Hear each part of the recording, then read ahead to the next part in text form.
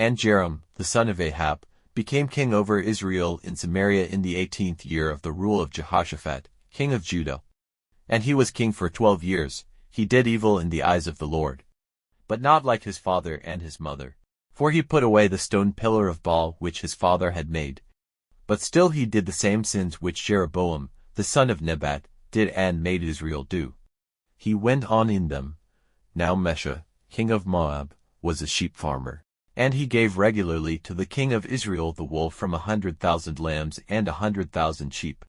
But when Ahab was dead, the king of Moab got free from the authority of the king of Israel. At that time, King Jehoram went out from Samaria and got all Israel together in fighting order. And he sent to Jehoshaphat, king of Judah, saying, The king of Moab has got free from my authority. Will you go with me to make war on Moab? And he said, I will go with you. I am as you are, my people as your people, and my horses as your horses. And he said, Which way are we to go? And he said in answer, By the waste land of Edom. So the king of Israel went with the king of Judah and the king of Edom by a roundabout way for 7 days, and there was no water for the army or for the beasts they had with them. And the king of Israel said, Here is trouble, for the Lord has got these 3 kings together to give them into the hands of Moab. But Jehoshaphat said, Is there no prophet of the Lord here, through whom we may get directions from the Lord? And one of the king of Israel's men said in answer, Elisha, the son of Shaphat, is here, who was servant to Elijah. And Jehoshaphat said, The word of the Lord is with him. So the king of Israel, and Jehoshaphat and the king of Edom went down to him. But Elisha said to the king of Israel, What have I to do with you? Go to the prophets of your father and your mother. And the king of Israel said, No. For the Lord has got these 3 kings together to give them up into the hands of Moab. Then Elisha said, By the life of the Lord of armies whose servant I am, if it was not for the respect I have for Jehoshaphat, king of Judah, I would not give a look at you, or see you. But now, get me a player of music, and it will come about that while the man is playing, the hand of the Lord will come on me and I will give you the word of the Lord. And they got a player of music, and while the man was playing, the hand of the Lord was on him.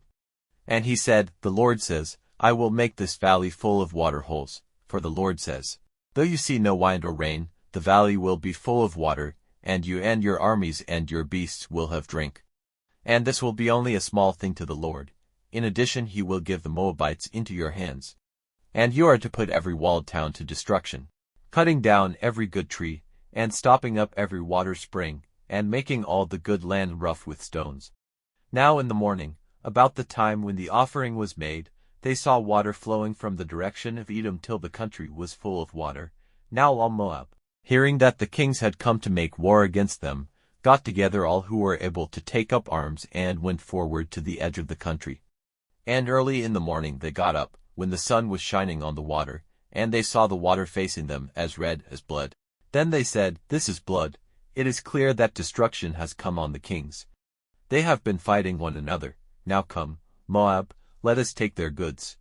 But when they came to the tents of Israel, the Israelites came out and made a violent attack on the Moabites, so that they went in flight before them, and they went forward still attacking them, pulling down the towns, covering every good field with stones, stopping up all the water springs, and cutting down all the good trees.